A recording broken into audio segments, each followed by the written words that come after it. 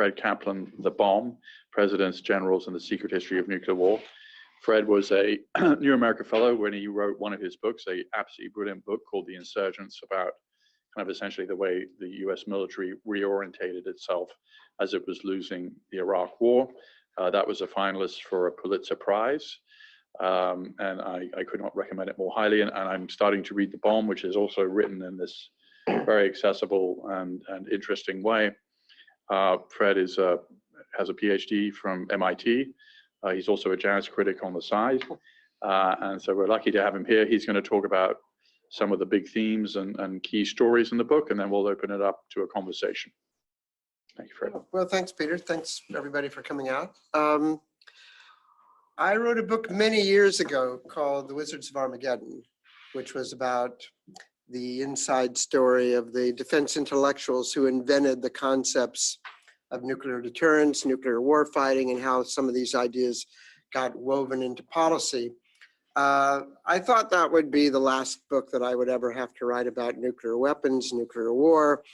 It came out in '83, and a few years after then, the Cold War ended, and for the subsequent 30 years, not many people really thought, much less worried about nuclear war, nuclear weapons, until August 8th, 2017, when President Trump came out to the lawn of his golf course in New Jersey and threatened to rain fire and fury like the earth has never seen on North Korea. Not if North Korea attacked us, but if they kept making threatening noises and testing nuclear weapons and missiles, which in that sense was a new thing.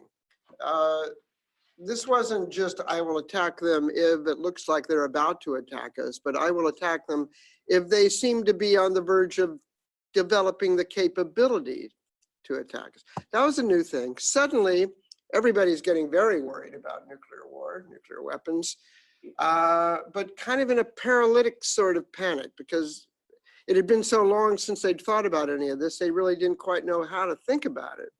So I decided to write this book. And at first I thought it would maybe just be an update of Wizards, because as much time had passed between Hiroshima and Wizards as between Wizards and now, which is kind of startling. But then as I dug through the archives, when I wrote Wizards, for example, there was nothing that had been declassified about what, say, President Kennedy thought or said about the subject. Now there's all kinds of stuff, including tapes, which I think we didn't even know existed when I wrote Wizards. So this book, as the subtitle suggests, Presidents, Generals, and the Secret History of Nuclear War, looks at it from the decision maker's point of view. The protagonist is the bomb, is this kind of force looming over us all and setting the context for everything. And the subtitle is how presidents and their advisors dealt with crises in which nuclear weapons, the use of nuclear weapons, was seriously contemplated. And there are more of these incidents than is commonly understood. And how they dealt with it. And one thing that a kind of a persistent theme in the book is that until now, every president who's faced this abyss has really dug quite deeply, has really immersed himself into it, into the logic, the strategic aspects, the scenarios, the consequences, and in some cases being prodded by advisors who talk about this in quite rational terms and are advocating the use. And in each case, the presidents, who in every case had really never thought very deeply about this before, and why should they, decide, they crawl, they get quite deep into the rabbit hole, and then they realize, no, this is going to be catastrophic. And they do everything they can to scramble out of the rabbit hole and try to resolve this crisis in some diplomatic manner. So, and the worrisome thing now is, whatever you might think about Trump, he's not known to be someone who digs deeply into the logic of issues, and that is what it's taken. It's not the gut. And so if there really is a crisis, how will his particular take on matters influence things? And that's as yet an unknown. But looking at the history and how it began, many of you, I'm sure, have read histories of some sort or another, and it turns out that most of them are wrong about very key points. Where this really began, you have to go back to the end of World War II, when General Curtis LeMay, he was the head of the 21st Bomber Command at the time, firebombing Japan. Spring of 1945, the head of the Army Air Forces asks him, when will this war be over? The Nazis had just surrendered, but the Japanese were fighting on. And so LeMay took the question to his staff, and they calculated how much more area in Japan there was to firebomb, and how many bombs it would take to destroy it, and how quickly the airplanes could be deployed over. And he concluded that the war will be over September 1st, because that was the date by which every square mile of Japan will be destroyed. So that was sort of his philosophy of war. It was bomb everything. And of course, in the meantime, August 6th and 9th, the atom bombs, Hiroshima and Nagasaki. So he didn't need to do this, but that amplified his view that you could really you could win a war by just bombing everything. So when the Strategic Air Command was formed, he wasn't actually the first commander, but he was the first effective commander of Strategic Air Command, which controlled the bomb, designed the war plans. And the fact that it was in Omaha, at first people said, well, it's kind of odd. It's out in the middle of nowhere. How is it going to be integrated into planning in Washington? Well, LeMay took advantage of that situation. He really did his own planning, quite independent of anything going on in Washington. And he created his own war plans. And the war plan was, again, to bomb everything. But so that by 1960, when they decided to put together all of the nuclear weapons, mainly Air Force and Navy, into one, it was called Single Integrated Operational Plan, the SIOP.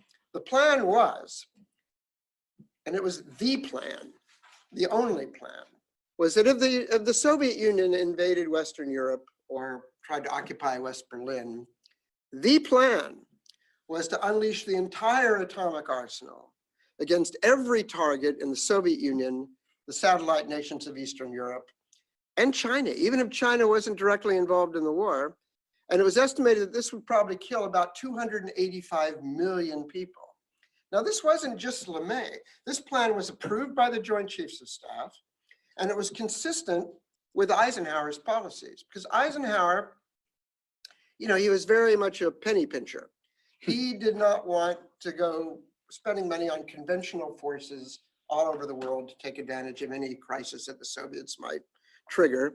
And his view was that if there was a war between the United States and the Soviet Union, it's probably going to go nuclear very quickly.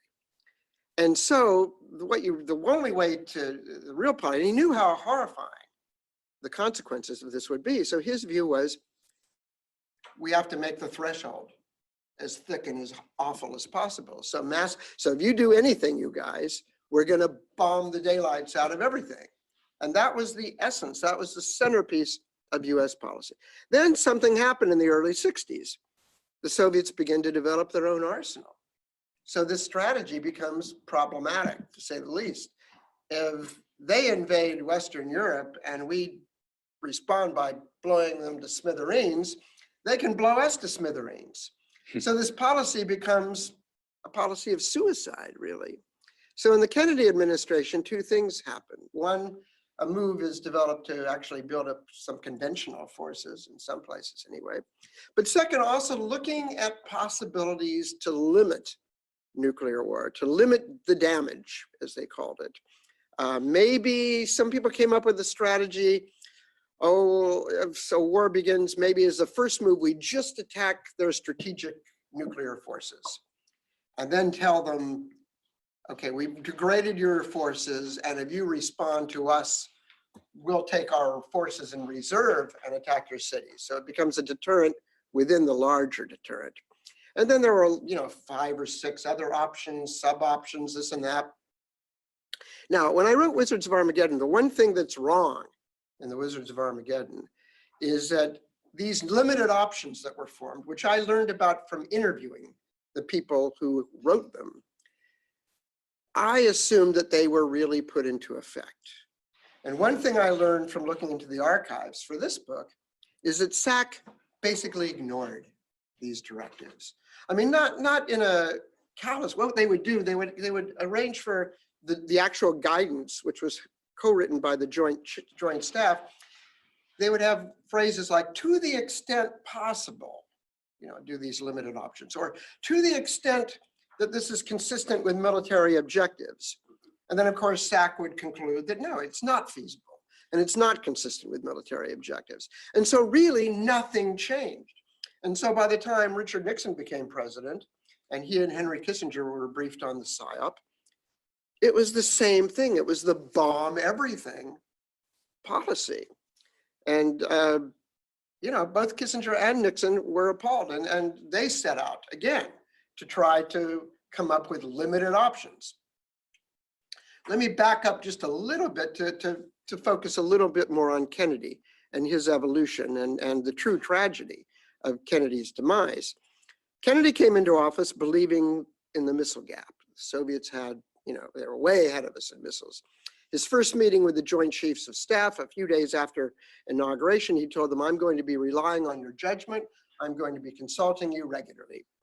Then there were a few crises, Laos, Berlin, Cuba, where he realized these guys really aren't as smart as I thought they were. Berlin, a lot of people focus on the Cuban crisis, and there's still a lot that's very misunderstood about that crisis, but Berlin is in some ways more important. What happened in Berlin is Khrushchev tells Kennedy early on when they had their summit in Vienna, by the end of the year, we're just going to seize West Berlin. It's really our territory anyway.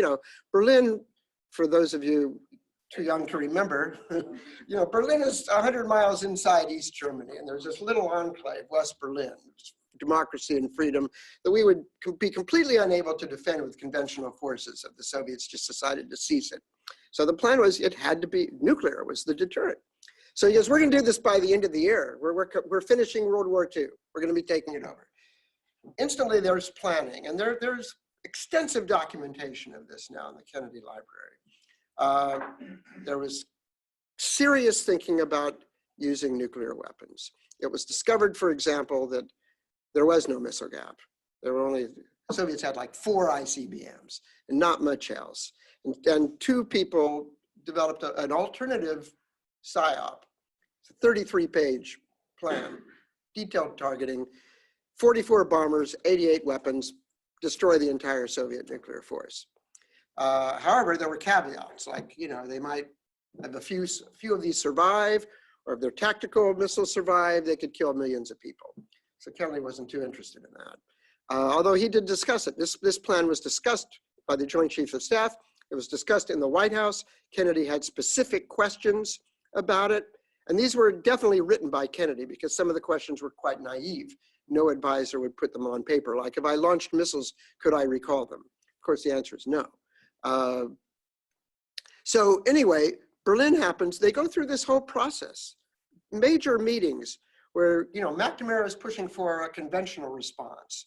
And General Norstad, the head of NATO, says, no, building up conventional forces in Europe is a bad idea because it might persuade Khrushchev that we're not willing to use nuclear weapons. And deterrence is projecting to him that we are willing to use nuclear weapons. And so they developed a 4-point plan if the Soviets move. Phase 1, we move in a patrol. If that doesn't work, phase 2, we move in a battalion. If that doesn't work, phase 3, we start doing things like, embargoes at sea, overflights threatening UN Security Council resolutions. If that doesn't work, phase 4 is nuclear. And then there's 3 possibilities there. 4A, a demonstration shot. Just blowing up a nuclear weapon someplace to demonstrate our resolve. Maybe they'll back down then. 4B, tactical nuclear weapons, blowing up some Soviet troops on the battlefield. 4C, all-out war, PSYOP, everything. And there was serious discussion. Well, Kennedy is asking, could I do 4A or 4B without its escalating to 4C? And Paul Nitze saying, I think we should start right away with 4C because if we do 4A, the Soviets might launch a first strike first and we wouldn't be able to respond. I mean, seriously, this was, so Kennedy finally, he doesn't like any of these ideas. So he decides to send the Deputy Secretary of Defense, Roswell Gilpatrick, to give a speech announcing that there is no missile gap. And Khrushchev had been abetting this belief. He'd been bluffing. He'd been saying in speeches, we're churning out ICBMs like sausages. So Gilpatrick gives this speech. There is no missile gap. We're way ahead of them. We have this many weapons. They have that many weapons. Even if they launched a first strike, we would still be superior to them. We've got way more than they do on every single front. We're way ahead. We know exactly what's going on over there. The Iron Curtain has been pierced. So Khrushchev reads this, of course. He's in the middle of a party congress, and he does two things. First, he calls for a test of a 50 megaton hydrogen bomb. Second, he truly fears, and with good reason, that the US is planning for a first strike. And he knows that we know that he's got very little to respond with. And so what does he decide to do? Put medium-range missiles in Cuba for the interim. The 24 medium-range missiles in Cuba is like having 24 intercontinental ballistic missiles in Russia, which he only had 4 at the time. So that's the origins of the Cuban Missile Crisis. Then what happens, it is now widely known because it was revealed 20 years after the fact that we did not go eye to eye with the Russians and they blinked. It was not the case that Khrushchev proposed on Friday, we'll take our missiles out of Cuba if you promise never to invade Cuba. And then on Saturday, he came, oh, nope, revised proposal. We'll take our missiles out of Cuba if you take your missiles out of Turkey. And the myth has been long perpetrated, and it's still reported in many books, including Robert Caro's, that Kennedy took the Friday night deal and ignored the Saturday deal. When in fact, that's not at all what happened. He took the Saturday deal. Bobby Kennedy and Dean Rusk proposed that he do this little switcheroo, and Kennedy says, and you can hear it on the tapes, says, well, this is the proposal that's on the table now. We've got to deal with this. And what he says on the tapes, and it astonishes me that more historians haven't glommed onto that. This tape has been out there for 20 years. He says, well, this looks like a very fair trade. Any man at the UN, he says, would take this deal. It's a fair exchange. Everybody goes nuts. The thing about that, McNamara and these guys acknowledged that, yeah, there was a secret deal. What they did not say is that everybody around the table opposed this deal. Not just the generals, all of the civilians, Bobby Kennedy, Robert McNamara, McGeorge Bundy, they all bitterly opposed the deal. This will wreck NATO. This will undermine the Turks. This will wreck our credibility. And then Kennedy, he says, well, this was on a Saturday. If the war plan had gone ahead on Monday, we were scheduled to start bombing the missiles with 500 air sorties a day, not nuclear, but 500 air sorties a day, followed by an invasion of the island at the end of the week. And Kennedy says, well, it seems to me, if we start doing this 500 sorties a day and then the Russians grab Berlin, then blood starts to flow. And if it's revealed that this deal was on the table and we didn't take it, it's not going to be a good war. Things like that. And people are going, and so finally at the end, Kennedy leaves the room and he tells Bobby to go to the Soviet embassy and tell them we're taking the deal. But you can't tell anybody. If you announce this, it's off. And then he called 7 people into the room, into the Oval Office, told them what he's done. And then said, but you are never to tell anybody, ever. And he perpetrated this myth of accepting Friday and rejecting Saturday or ignoring Saturday because this was the Cold War. I mean, he calls Eisenhower. There's a tape of this. He calls Eisenhower, tells him, General, you call him General, the crisis is over, we settled it. And Eisenhower says, now, was there any kind of backroom deal on this? Oh, no, General. And he lied to Eisenhower, which, is amazing.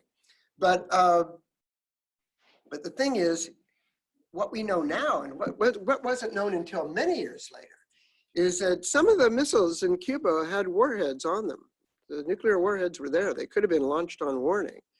Another thing is that the Soviets had secretly deployed 42,000 troops on the island of Cuba, some armed with tactical nuclear weapons to stave off a potential American invasion. The point is that if anybody else around that table had been president, or if Kennedy had been convinced by them and said, yeah, you're right, this is not a good idea, let's proceed with the plan, we would have been at war with the Soviet Union, whether or not Kennedy or Khrushchev liked it. There would have been a clash of forces. Inevitably so. So, you know, one lesson of this is that it's important who you elect president. So right after the Cuban Missile Crisis, and this is where things get even more interesting for the long term, Kennedy is discussing, and this is on tape also, Kennedy is talking with McNamara and General Taylor, the chairman of the Joint Chiefs, about the next year's defense budget. And he says, you know, I don't understand why we're spending so much money on nuclear weapons. It seems to me that 40 missiles that get through to 40 cities in the Soviet Union, that should be enough to deter. I mean, if the 24 missiles were still in Cuba, I would have been deterred from doing a lot of things, but from that. But then as the conversation evolved, he said, you know, I guess if deterrence fails, which is a phrase that we've all heard many times now, but he says, if deterrence fails, yeah, I guess I wouldn't want to really destroy their cities. I guess I'd want to go after their missiles, including their tactical missiles. And I guess that will require a lot more than 40 weapons. And so he kind of articulated, again, he didn't have any background in this, but he kind of articulated what we now see as sort of the central dilemma of nuclear strategy, which is if all you want to do is deter, it really doesn't take much. Blow up all the Soviet cities, you know, above population of 100,000. You know, even when McNamara talked about assured destruction, in that sense, there are 200 weapons to do that job. That's all it took, a couple of hundred weapons. But if deterrence fails, and who knows under what circumstances deterrence might fail, then you have to think about doing these other things. And can we limit the damage? And do we go after their military forces? And which one? And so as this dilemma developed over the decades, what happened was that the concept of nuclear deterrence, credible nuclear deterrence, the idea is it's not credible to blow up their cities because they can just blow up our cities. The idea of credible nuclear deterrence and nuclear war fighting kind of converged. They became the same thing, which is why when presidents kind of went through this, they got into the rabbit hole very, very quickly in determining, well, what do I do about this? So many years later, to jump ahead, well, all of this remained kind of static. You know, all the talk of limited options and so forth, but the real war plan was still shoot off everything. And this remained the case really until the late 1980s, on the eve of the end of the Cold War, when there was this guy who's still around town doing some interesting things now, named Frank Miller, who was a Deputy Assistant Secretary of Defense, working under first Carlucci and then Dick Cheney, Secretary of Defense. He sat in on a PSYOP briefing. And before coming to the job, Frank had read all the classified doctrinal stuff about limited options and this sort of thing. And he's listening to the PSYOP briefing, and you know, they got restraint in the use of nuclear weapons to kind of urge the Soviets to be restrained as well. All this signal sending, Tom Schelling kind of stuff. And he's listening to the PSYOP briefing, and there's none of this. There's none of it in this briefing. And he asks Cheney afterwards, he goes, what's going on here? He goes, I don't know. So Cheney empowered him to take a deep dive into the PSYOP. He ordered the people out in Omaha to give him every document that he wanted to look at. They secretly got hold of something called the Blue Book, which was SAC's manual on how they calculate which weapons against what targets and damage expectancy and so forth. And they discovered some extraordinary things. First, that the level of overkill was just staggering. I mean, there were 700 nuclear weapons, I mean, in the megaton range, aimed at a 50-mile radius around Moscow. There was a base, a bomber base, not even a recovery base, a base that Soviet bombers would land in after nuking the United States. In the Arctic Circle, it was too cold to even be used for 3/4 of the year. 17 nuclear weapons were aimed at this base. There was an ABM site in Moscow that we learned after the Cold War was completely useless. 69 warheads were aimed at. There were also the way it was done. For example, let's say a target set was the Soviet tank army. Well, not only were nukes aimed at the tanks, they were aimed at the factories that made the tanks. They were aimed at factories that made the spare parts for the tanks. They were aimed at factories that rolled the metal for the tanks. They were aimed at mines where, it was as if, I were trying to prevent you from, destroying your ability to cook dinner. And so I would destroy not just your kitchen, but your refrigerator and your freezer and your pantry.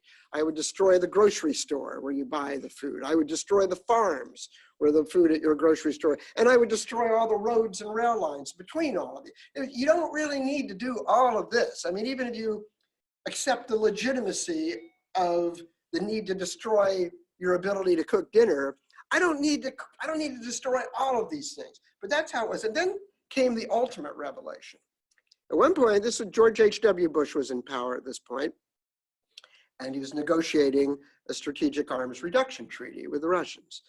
And one of Frank's assistants asked his contact in Omaha, he goes, listen, they're doing this treaty, and if we cut the number of warheads down to whatever it was, would you still be able to perform your mission?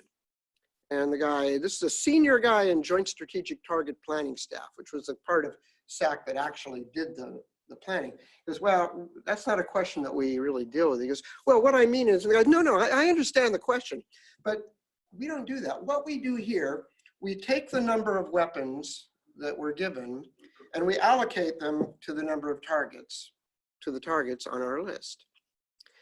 And the implications of this are staggering because what it suggested on the operational level, on the level where things were really happening, not up to where politicians were making statements, but what was really going on. Nobody had asked, how many of these things do we really need? Regardless of what the aim and the strategy is, how many of these do we need to perform the mission?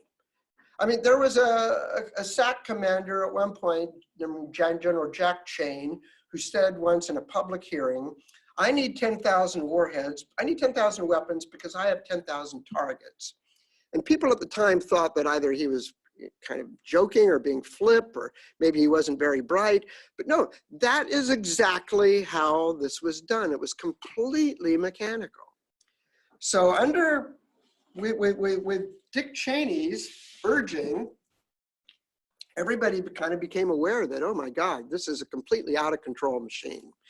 And so the number of required nuclear weapons, without changing policy one bit, was reduced from about 12,000 to 5,888. And the number is precise because one of Frank's assistants, a guy named Gil Klinger, wanted to put on his license plate 5888. He decided not to, but that's how many. And then when the Soviet Union went up in smoke, and so we didn't have to target Eastern Europe anymore, because there were a lot of air defense targets in Eastern Europe. So missiles had to be aimed at the air defense targets so that the bombers could have a path to go through to their targets. The number came down to about 3,000. And the significance of this is when George Bush I, negotiated a treaty that cut the weapons to about that level, the military was not resistant to this idea because they'd been through this exercise and realized that they really didn't need anymore. And then when Obama came into office, there was another very similar exercise where the head of strategic command would come to Washington, either to the Oval Office, to the Situation Room, or to someplace in the Pentagon. Every couple of weeks for months, they went over every target. How many weapons were aimed at? Do we really need to have 2 weapons at this target? Could we have 1 weapon and so forth? And they determined that you could cut the number of weapons by another 1/3. But they also told Obama, we're not going to endorse this unless the Russians reduce their number by 1/3 as well. This was after New START. So in other words, they had acknowledged that, yeah, for national security purposes and any other purpose, we really we could get this down to about 1,000 weapons without changing policy one bit. This was under Bush's guidance about the kinds of targets you need to destroy and what the aims are and so forth. You could get it down to about 1,000. And somebody who was working on this study told me that even with 1,000, you'd be making the rubble bounce a couple of times instead of 3 or 4 times. That was sort of the difference. So we always have had this surplus. So that leads to the present situation. So in some ways, what Donald Trump represents is something different. But on the other hand, when Trump came out with this fire and fury statement, it was about at the same time that the Pentagon was signing this nuclear posture review, which talked about integrating nuclear and non-nuclear plans and developing new kinds of nuclear weapons and considering nuclear weapons as things that can deter a wide range of threats, not just the threat of nuclear attacks. All of that was not really new at all. It had been around for decades. Obama had kind of modified some of this in the language, but it was always there. But it was the integration of that plus Trump's reckless rhetoric that raised the stakes. And one thing that I discovered in interviewing people for this book is that when Trump talked about fire and fury, this was not, some things he says are just, off the top of his head. This was not. There had been serious new war plans developed for a North Korean contingency, and not based on an attack by North Korea, but on a provocative test by North Korea. This was at his direction. It was a new study. And during that year, the North Koreans launched about 15 missile tests that involved about 22 missiles. And on each of those occasions, there was a conference call, similar to the kind of conference call there would be if there was impending intelligence of an impending Russian attack. There was all the 4 stars got on the phone. On 5 of these occasions, cabinet officers were brought into the call. On 2 of the occasions, one of the things that was involved in this plan was that Jim Mattis, Secretary of Defense, was given advance authority that if he thought a test was seriously provocative, he had the authority to launch, not nuclear, but there were short, medium-range conventional ballistic missiles called ATACMS, Advanced Tactical Missiles, in South Korea. He was authorized to shoot them at the launch site with the hope of destroying the launch site and maybe killing some leaders who were there, because Kim Jong-un was known to go witness some of these launches. On 2 occasions, he actually launched these missiles, not at the test site, but out to the Sea of Japan in parallel with the North Korean missiles, just to show them that, hey, we can aim these the other way if we want to. So, I mean, this got very serious. And Trump was told in briefings that, look, don't start anything unless you're willing and ready to go all the way, including nuclear weapons, because it's very likely to escalate if it gets that way. So, by the time he said fire and fury, this plan was in effect, and these exercises had been done. So it was going to happen. The basic lesson that I draw from this is as I said at the beginning, every president till now, and I've only gone over a few in this talk, have dealt with the idea of using nuclear weapons in a very serious way, plunging very deeply, coming out of the rabbit hole. It's unclear whether Trump would do this. There was a hearing also around the time of fire and fury. It was not much covered at the time. It was an open hearing. I watched it on C-SPAN 3, Senate Foreign Relations Committee on Presidential Launch Authority, nuclear weapons. First hearing held about this subject by Congress since the mid-70s. And it happened because Bob Corker, who was the Republican chairman of the Senate Foreign Relations Committee at the time, suddenly realized, you would have thought that someone like this would know it, but suddenly realized that the president had sole authority to launch nuclear weapons if he wanted to.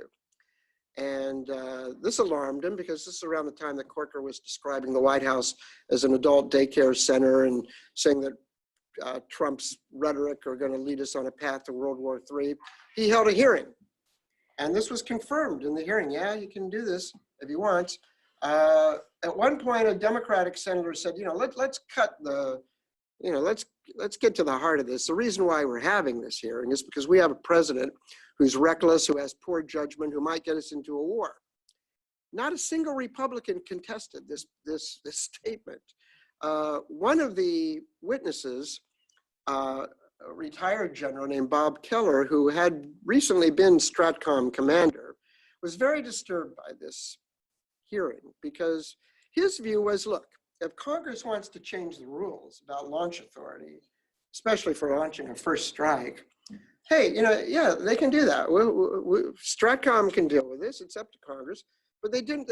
They weren't doing that. And what disturbed him was the idea of publicly raising doubts about the reliability and legitimacy of the command structure, and yet doing nothing about it.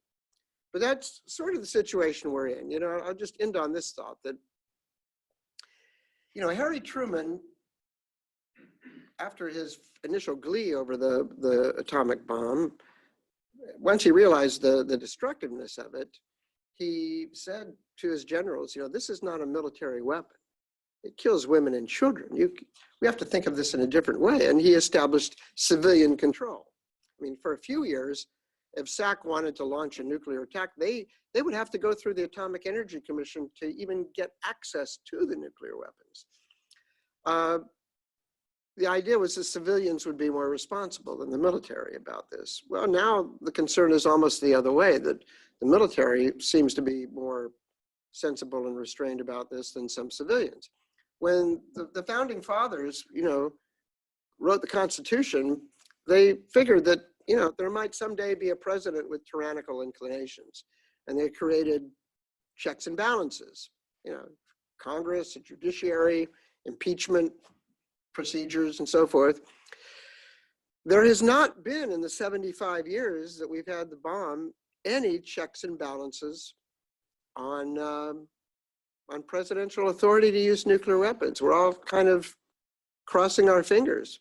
And the thing is, why have we not used nuclear weapons in all that time? I mean, I think if you had gone back in time, you go back in time, talk to somebody in 1947 and say, I'm from the year 2020, and guess what? Nobody has ever used nuclear weapons since Nagasaki.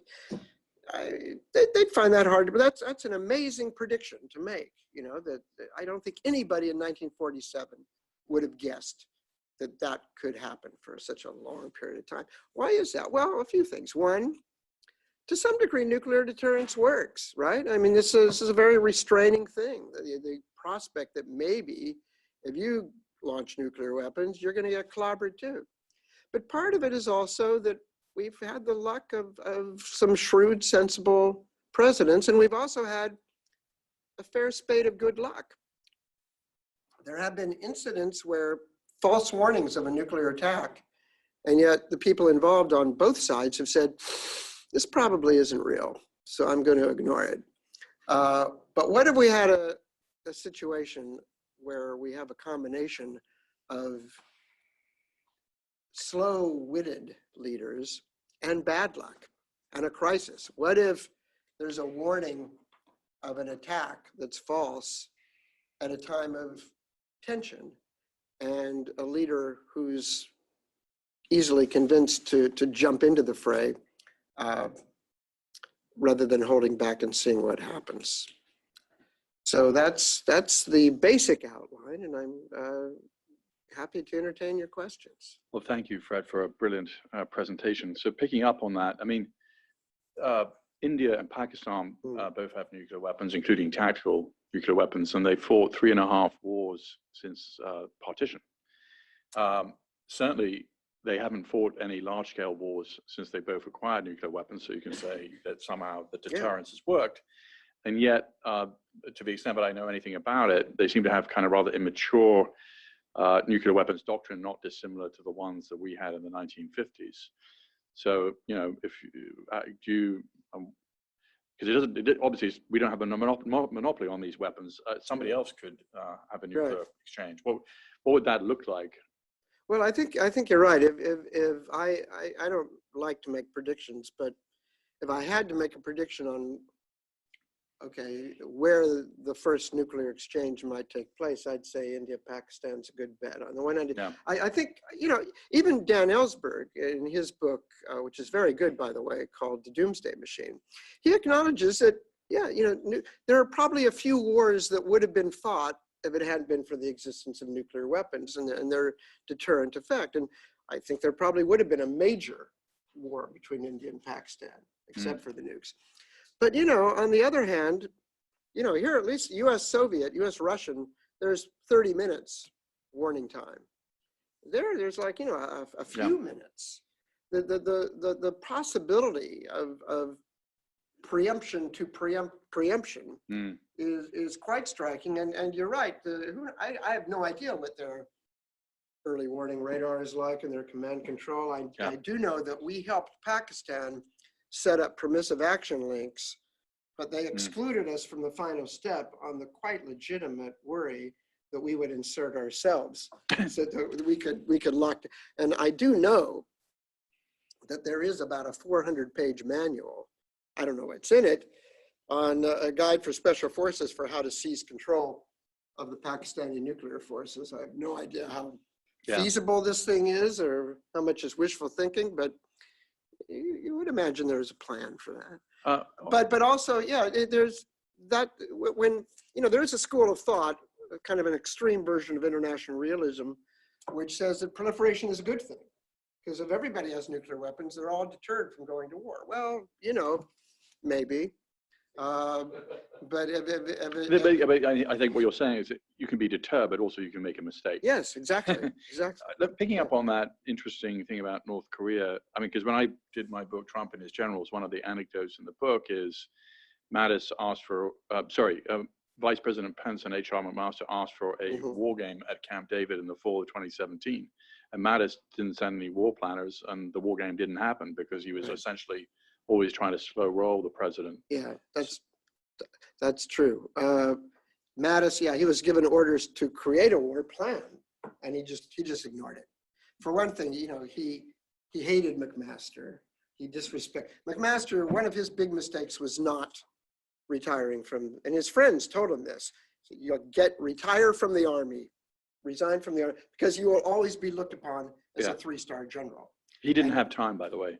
He went to Mar-a-Lago, and within just over 24 hours, he was at the White House. Yeah, right. So he didn't. I mean, retiring from the army is not like. Well, that's true, but he could have made preparation. I mean, Scowcroft, when he was made National Security Advisor, he resigned his commission as an Air Force general because he did not want to be beholden to the president in the same way that an army was. He wanted to be able to provide some independence. So, yeah, Mattis detested McMaster, thought he talked too much, and he's Army, he's 3-star, I'm 4-star. I mean, McMaster even complained to one of his colleagues, he treats me like a 3-star, you know. And yeah, Mattis also, he saw one of his objectives, and McMaster detested this too, was to constrain the White House. There were several things that he and Kelly had this thing that both of them would never be out of town at the same time, you know, that kind of thing. And this is one reason why those guys all got fired too. I mean, Trump after a while sensed this, but in the end, he succumbed and he ordered work to proceed on this much more serious and preemptively geared war plan that had existed. I mean, there's always been contingencies for attacking North Korea, but all the scenarios began with a North Korean attack on South Korea or something like that. This was, again, a response to a test that began with what was called the bloody nose, but nobody in the military thought seriously that that would be the last step, and it escalated very, very quickly. What about low-yield nukes? Yeah. I see quite a lot of news about the Trump administration or the Pentagon or who is pushing this. What does it mean? Well, the interesting thing about that, remember my talk about Frank Miller, and he dug into the PSYOP because he was very interested in, his goal wasn't so much disarmament, it was making limited options truly limited. And so Frank has actually been the big advocate for several years now behind this low yield warhead. When Mattis had a meeting early on with what he called the Graybeards, this group of 7 military advisors with whom he discussed the issues, Frank was one of these people, and he was the only one in the room pushing for this. The generals thought, no, this isn't a good idea. You know what?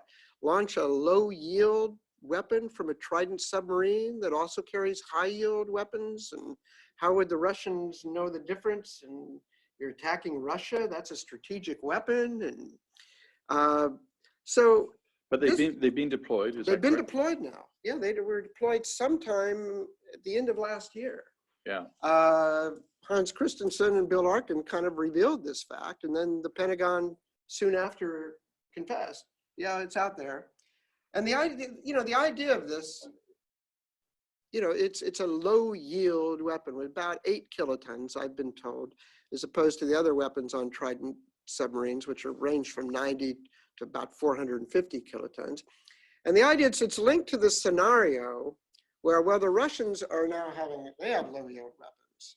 And there are some manuals, and they've even done some exercises where they've used them to, push back an otherwise victorious NATO invasion of Russia or whatever the scenario is. But the theory is we need to match the Russians at whatever they do, at whatever step on the escalation ladder. So if they have low yield weapons and we don't, then, we have to surrender or escalate it way beyond our comfort zone. So the way to deter them is to say, well, we can do this too. How does that compare to Nagasaki, 9 kilotons? Well, that's exactly, yeah, and Hiroshima, well, there is a very interesting, low yield is a relative term. 8 kilotons, 8,000 tons, 16 million pounds. One of these warheads would be more destructive and powerful than any bombing raid, much less single bomb, since the end of World War II. There was an interesting security conference in Aspen a few years ago where Michael Gordon, defense reporter for now the Wall Street Journal, was questioning Frank about this. And he goes, now, when you say low yield, what do you mean? And Frank says, well, high single digits. Of what? He goes, well, kilotons. And he goes, so you mean kind of like Hiroshima? And Frank said, well, yeah, if you want to be pejorative.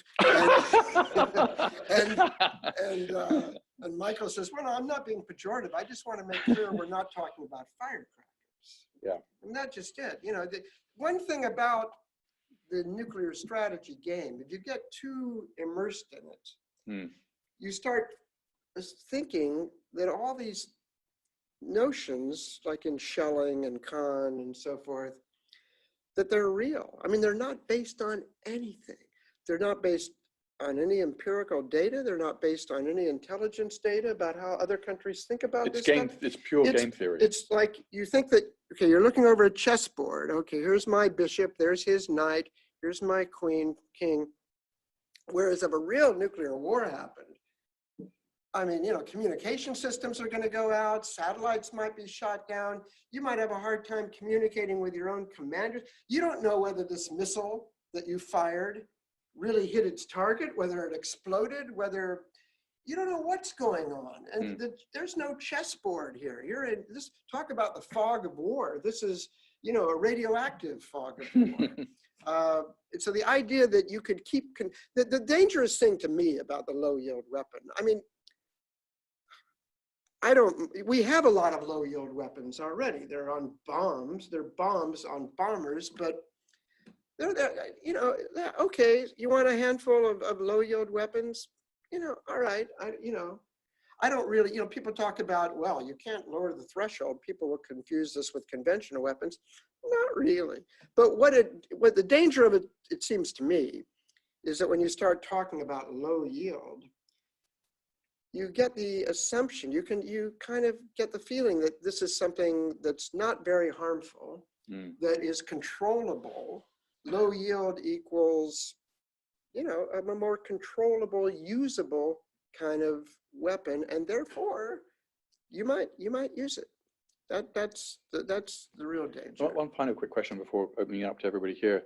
So the book was edited by Alice Mayhew, who died 2 weeks ago at age 87. Yeah, right. So tell us a little bit about her and her editing process with you, and your own process about reporting the book. Yeah. Well, Alice, I've written 6 books, 4 of them with Simon & Schuster, my first and then my last 4, and she was the editor on all of them. She also edited, if you think about just about any political writer at Simon & Schuster, she edited Woodward and Isaacson and David Moranis and, the list, Doris Kearns Goodwin, Jimmy Carter. The list goes on and on. I remember, I have 2 things about Alice. Like, I remember when I wrote Wizards of Armageddon, and it was on paper then. I wrote that on an electric typewriter. There was one point well into the book where she just kind of takes a red ink and she just crosses out like practically an entire page. She goes, people will stop reading the book here.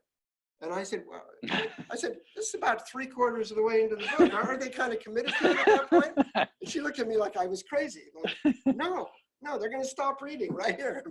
So, and then toward the end, editors used to edit a lot more than they do now. They're mainly doing acquisition and I got better too. I didn't need as much editing. But one thing that she was very good at always, and I've heard this from other people too, was first kind of setting or at least approving the general framework.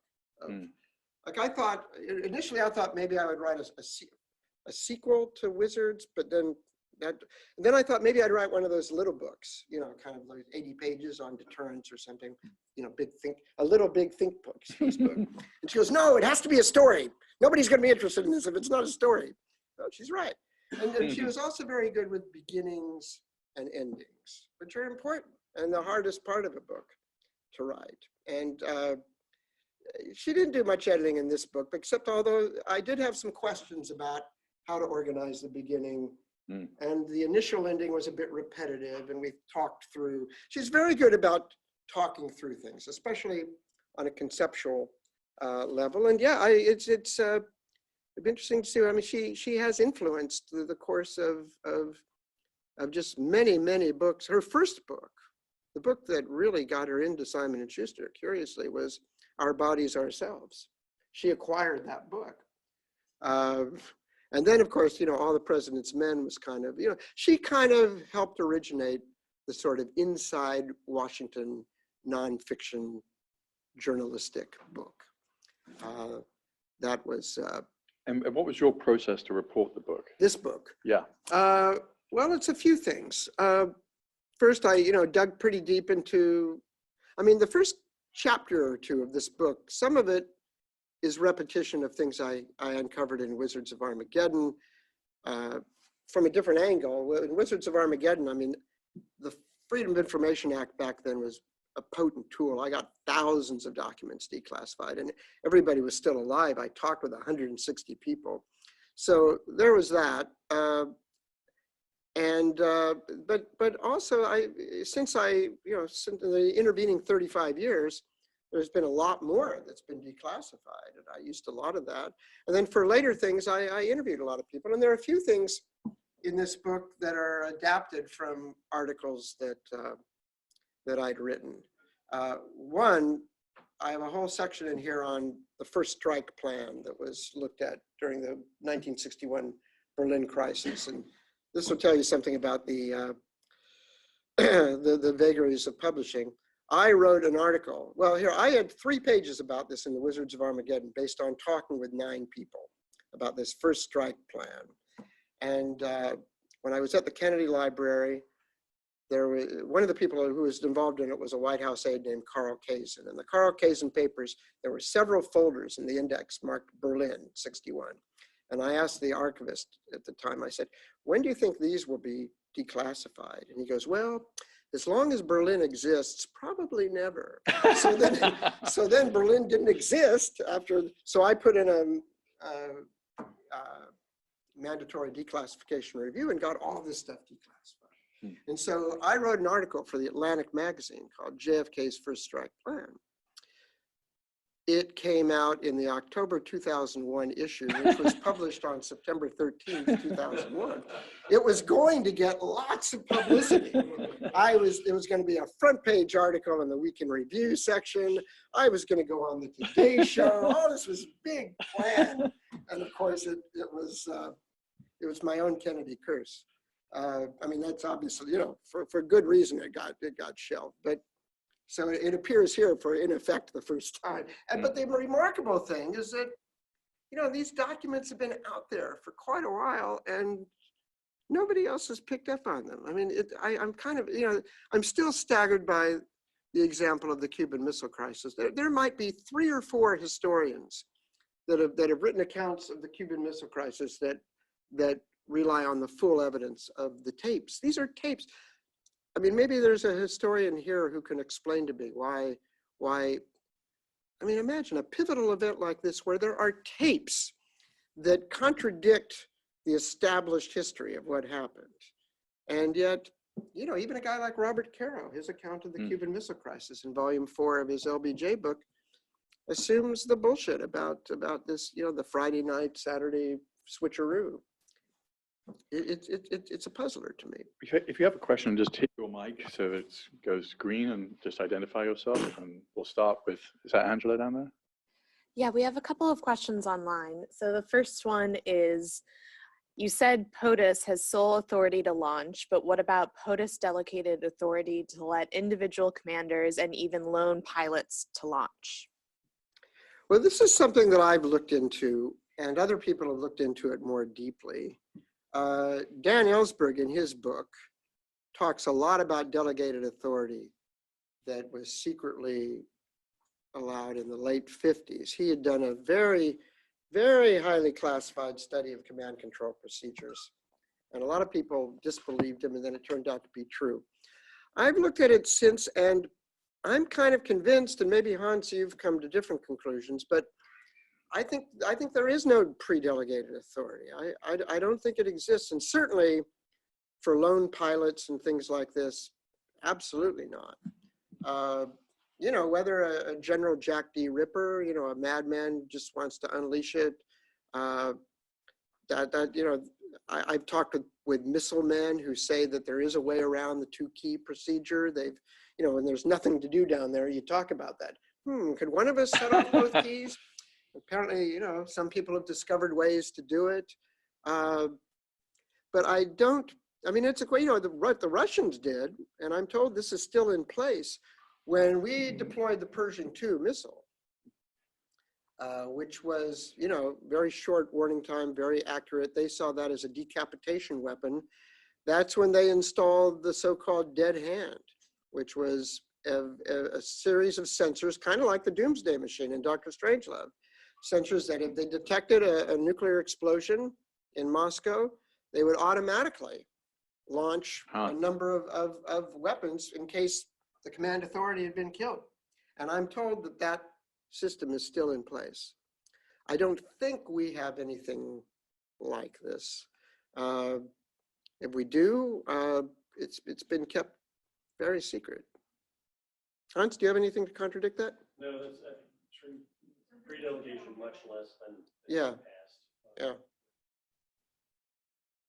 You have another one, Angela? Yes, we do. The second question, how, if at all, has the possibility of nuclear winter and its potential globally catastrophic effects affected or been integrated into military planning on the use of nuclear weapons? As far as I've been able to tell, not at all. And it's not just nuclear winter.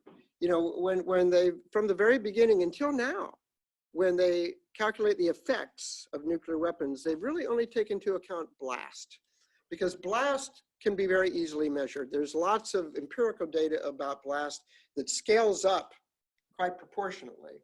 And so you can get one of these little circular slide rules where, 500 kilotons, what range will buildings collapse, at what range will this? It's pretty precise and scientifically based. But, you know, much more dominant effects of a nuclear weapon, things like fire, smoke, radioactive fallout, radiation. These depend on a host of extraneous factors, the wind, the weather, whether it's ground burst or air burst.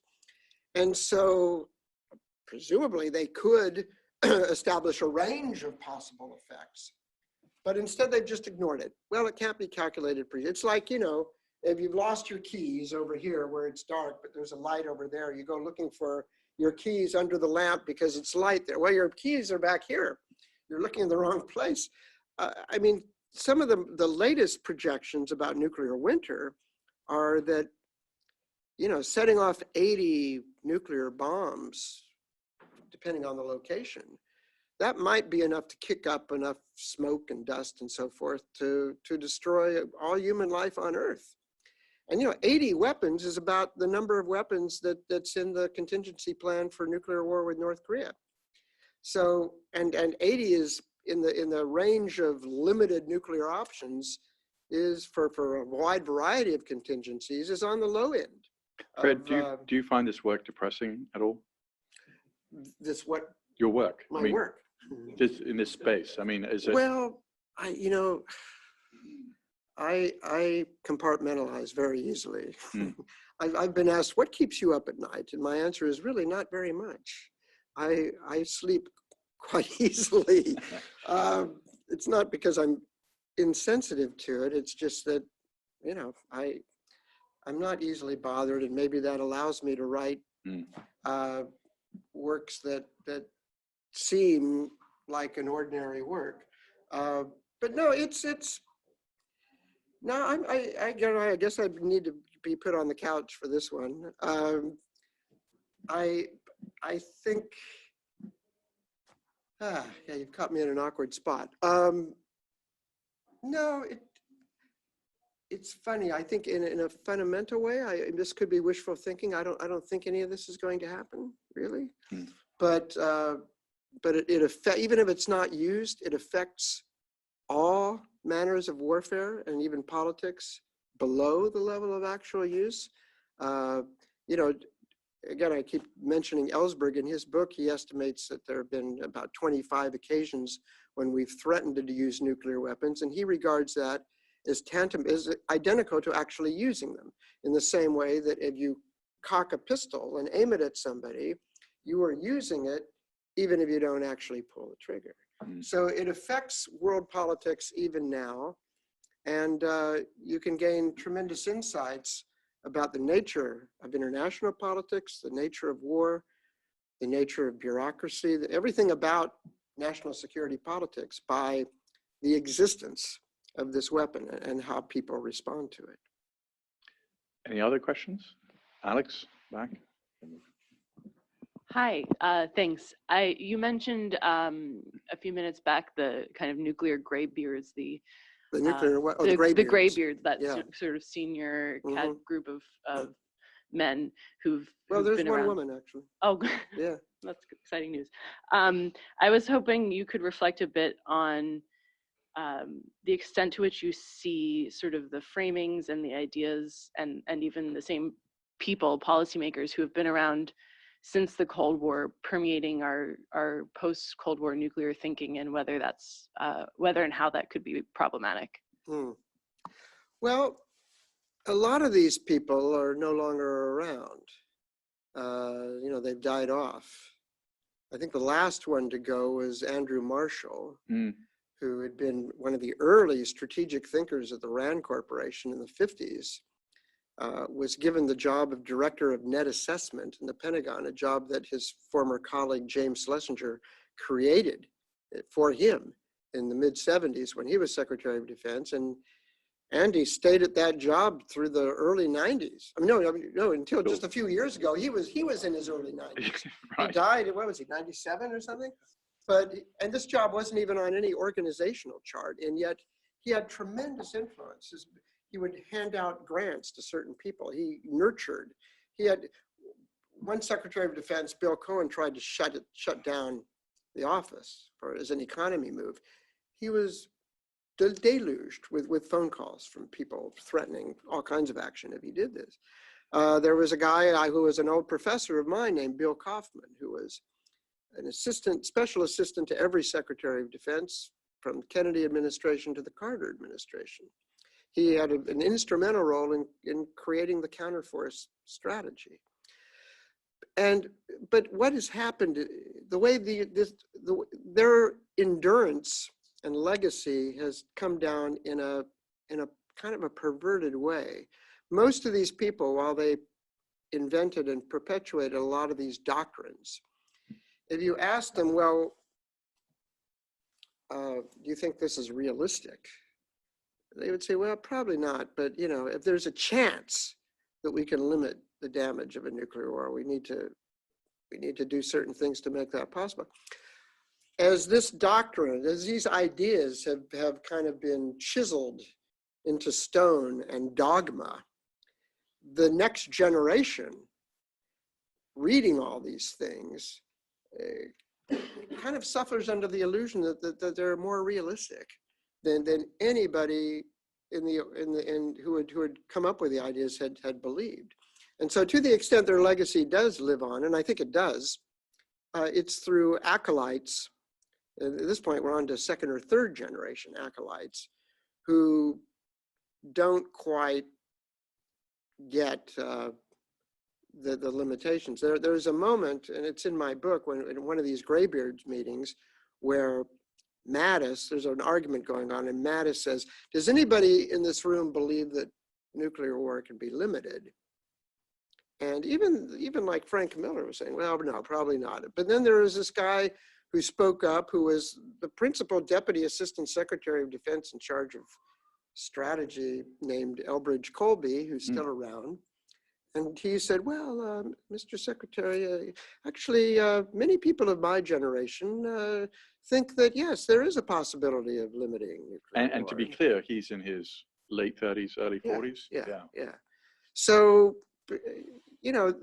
after a while, if there are enough books and documents and so forth about this, it becomes like the legend of King Arthur. You kind of think that there really is a magic sword in the stone that you can pull out and achieve great power.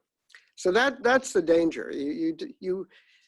Very few people have taken a fresh look at it. Once you get into the machinery, you kind of get into it. And this professor of mine, Kaufman, he told me once that, when he was in it, when he was in the thick of it, it was breakfast, lunch, and dinner.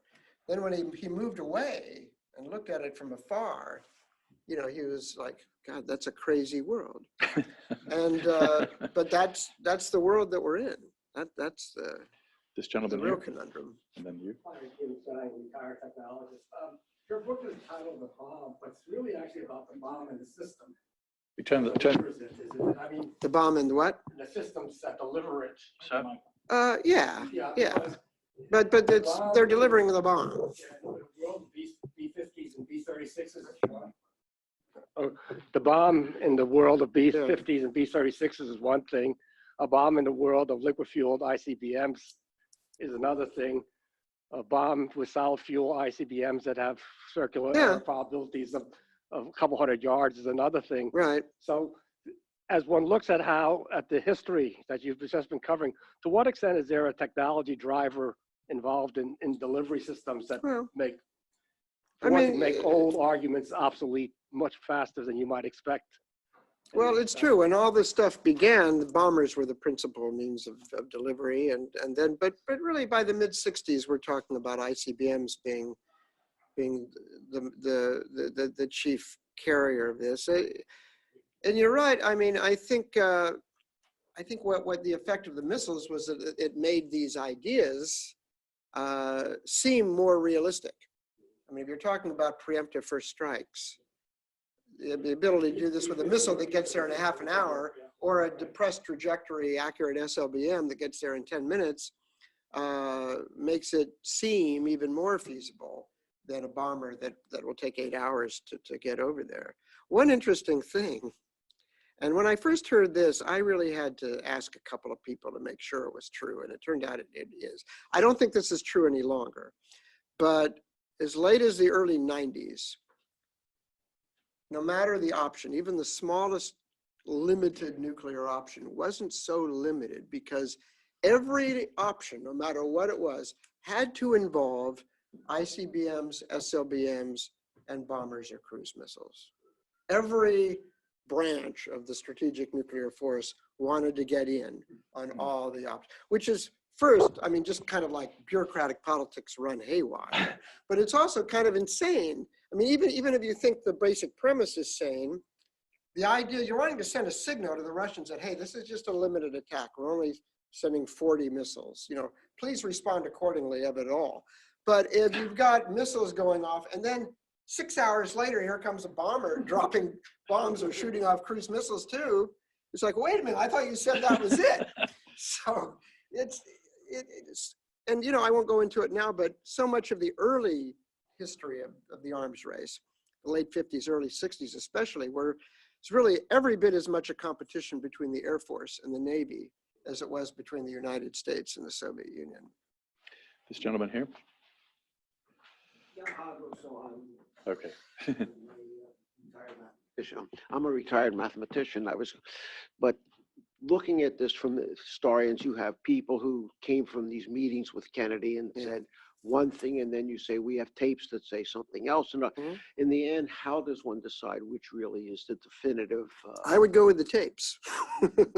Yeah. If we're in this room and you know, you go out and talk with friends and you say, oh, Fred Kaplan advocated unilateral nuclear disarmament. Well, let's go look at the tape. I think the tape would be the authoritative source. Gentleman behind you. Although, well, let me just elaborate a little bit, not be so flip. I mean, there are some things in this book that, there are interviews, and I try to triangulate this as much as possible. I mean, when I'm talking about things that happened in the Obama, and I talked with about 24 people in the Obama administration about things that happened there that haven't been written about anyplace else. And I double checked and triple checked as much as I could, but I don't, and correlated it with available documentation. But yeah, there's some things I do not have documentation for, and you just have to, you know, this is journalism. It's kind of a combination of journalism and history. And you know, that's what a lot of, my point is, to the extent that you can get to the primary source material, that's almost always the source you should use. And thankfully, there's a lot of that out there now. And I'm kind of pissed at most historians for ignoring a lot of it. Aaron Goldzimmer, I'm a donor advisor. I just haven't heard you say anything about proliferation to non-state actors and how that might have changed strategy or thinking or posture. Yeah. Well, that's a difficult one because, yeah, deterrence assumes rationality and the desire to live on the part of the entity that you're trying to deter, right? And it also assumes that if, say, a country launches a ballistic missile, you can trace the arc and, oh, that came from, you know, this launch pad, and whereas of Al-Qaeda or whatever. I think that danger may not be as great as it was some years ago. Shortly after the Soviet Union broke up, I think it was a very serious danger, because there were a lot of truly loose nukes, and there were a lot of unemployed Soviet nuclear scientists who were suddenly being offered money to go work for other places. And, you know, luckily, I mean, this is something that, you know, I think deserves even more celebration. You know, Sam Nunn and Richard Lugar were approached by people that they'd known over the years, the Soviet Union, saying, hey, we've got a real problem, and it's in the interests of the rest of the world to help us. And, you know, the Nunn-Lugar amendment, we spent millions of dollars helping to lock up nukes and to dismantle weapons and to give money to Russian scientists. And I think we did, and then you know, Obama had this, which I regret not writing more about this, the NSS, the Nuclear Security Seminars or whatever. There was this international group that met to come up with new ways to provide security to loose nukes. It didn't go as far as he wanted it to go, but it went quite a ways. and things like continues to be cooperation between the United States and Russia on non-proliferation, because the Russians have always been, even way more than we are, very keen on preventing proliferation. You know, even among their own allies, when they were the Soviet Union, they didn't want their allies to have, because they wanted to remain in control. If Czechoslovakia or East Germany had nuclear weapons, they would fear that they would be turned on Moscow as much as turned on, you know, Berlin or Bonn or whatever. So I don't think it's and then, you know, just having some nuclear material, as people looked into it more, you know, it's kind of hard to turn that into a usable weapon. It's an industrial job. I think the notion of an Al-Qaeda or ISIS nuclear bomb is not as great as a lot of the more sensationalized fears. Other people may disagree with me on this. I don't know. I mean, I totally agree. I mean, in fact, when ISIS had the capacity, ISIS took over Mosul, and in the Mosul university labs, there was radioactive material, simple, you know, good, they could have used in a so-called dirty bomb. They didn't know, I mean, there was cobalt-80, I think, and they didn't even know they had it. I mean, this is a total fantasy, the idea that terrorists are going to acquire, steal, buy, make. It's harder than it looks. Of course. I mean, look, the Iranians, the Saddam spent hundreds of millions of dollars and never got there. And so it's a fantasy. Other questions? We'll go down to the end here. Thanks. David Sturman here at New America. Some strategic theorists or analysts have argued that during the 90s into the 2000s, broadly, there was a increase in acceptance of preventive war, whereas in the past there was a taboo where there may have been planning, but it was shied away from. I guess I'm wondering, in the context of our nuclear weapons strategizing, when it came to other states either developing nuclear weapons or other strategic purposes we wielded our potential threat against, did you see in your research a rising willingness to consider or engage in preventive war separate from sort of the deterrence or the sort of launch on warning preemptive question, but specifically like counter-prolif? So not launching on warning beyond that. Yeah. Well, you know, I mean, in the 50s, of course, there were a lot of people advocating a, you know, preventive attack on the Soviet Union before they developed an A bomb, and then before they developed an H bomb. I mean, there were serious politicians who were arguing for this, and you know, someone like General LeMay and General Power would have been delighted to do that. In more recent times, I mean, I can't think of any military people who are serious about it. I mean, as I say, the nuclear war plan that Trump ordered into effect is against North Korea is a preventive nuclear war plan, or at least that's a central theme of it. And there's always been, you know, this notion, which has been stated by every president since the threat started manifesting itself, that we will not allow Iran to possess a nuclear weapon, for example. I mean, Barack Obama said that too.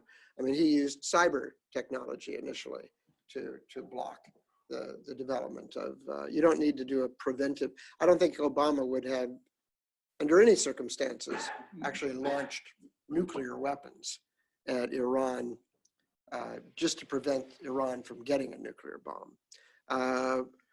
One thing that might be a little bit worrisome, I think it's not worrisome because the premise is a little off, but what happens if Donald Trump comes to the realization that Kim Jong-un has been taking him for a ride with all of his beautiful letters and their summit bonhomie, and you know, I mean, it's already known that he's continuing to enrich uranium and expand his missile base. And you know, what happens if he starts testing nuclear weapons again, or testing an ICBM, which is where Trump has drawn the line. He's saying anything up to that point is fine with me. What happens if, and then what happens if you know, one thing that Trump really hates is embarrassment and betrayal. Will he go back to the rhetoric of fire and fury? I don't know. But that war plan that he put in place is still there. We have time for. Okay, let's just take them together then, and then you can answer. Richard Coleman, CBP, retired. The military's talking about this huge expense of replacing their aging, antiquated missile stockpile, which sounds like a reconsideration again from the beginning of what we need. And it's a huge cost that they're talking about. Can you comment on that? Good question. And Angela? We have one final question online, and that is, what is your thinking as to why these negative outcomes won't happen? Okay. There's not much thinking, just a sense. But on this question about the replacement, it's very interesting. And this is one thing I get into in this book. Obama needed to New START, he needed to negotiate that because START, Strategic Arms Reduction Treaty, was about to expire. And he needed New START as a centerpiece to his reset of relations with Russia, which actually did accomplish quite a lot more than is generally understood. And so to get Senate ratification of New START, he succumbed to Republicans' demand to spend more on nuclear weapons and to modernize the whole triad. Now, the way he worded it in a letter to the Senate agreeing to this was that he agreed to request funding to modernize or replace all three legs of the triad. Modernize might mean upgrading the software, upgrading the warhead, replacing the tritium, when the stock wears down or something like that. He did not mean necessarily replacing all 450 ICBMs with brand new ICBMs, all submarine, but the Republicans took it at that. And they put a price tag on it of $1.3 trillion over 30 years. And then, and this was very clever, people in the Trump Pentagon started talking about the Obama program of record. And that was to modernize, new everything of all three. And so if you're coming into Trump, Mattis initially was thinking about maybe we don't need all this stuff. But if it's like, this is the Obama program of record, nobody was going to argue to go any less than what the Obama program of record was. And now, at least New START set a limit. Okay, you could replace all of these, but you couldn't build more. And there's really no appetite in the military to build more. But if we're going to let New START expire, and there's no sign that I can tell of any, there are people in the State Department who have written up the paperwork to extend New START so that if Trump decides, yeah, let's extend it, because it expires in February 2021, or whoever the next president says, yeah, let's extend it, it can happen very quickly. No inclination to do that, so he could build more. INF treaty, he abrogated that because the Russians were cheating on it a little bit, but the Russians never wanted this treaty. They hated it from the moment Gorbachev signed it. They're happy to have that treaty done away, but what do? All of a sudden, we start testing a medium-range missile, the likes of which had been banned by the INF treaty. And I called some people in the Pentagon and I said, what's the strategic rationale for this missile, this new missile? And I was told, well, there really isn't one yet. We haven't yet talked to any allies about where to base it. We don't know what it's going to be aimed at. We don't, it's a conventional weapon, because it banned conventional and nuclear. But no, there is no, it's basically, we can do it, and therefore we will do it.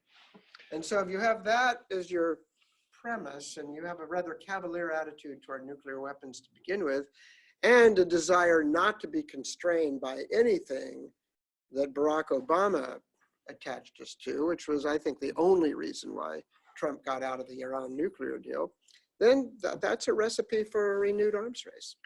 Well, we want to thank Fred for the brilliant presentation, the brilliant book. Thanks, thank you. And Fred is, I'm sure, willing to sign books if you would like them signed. Absolutely.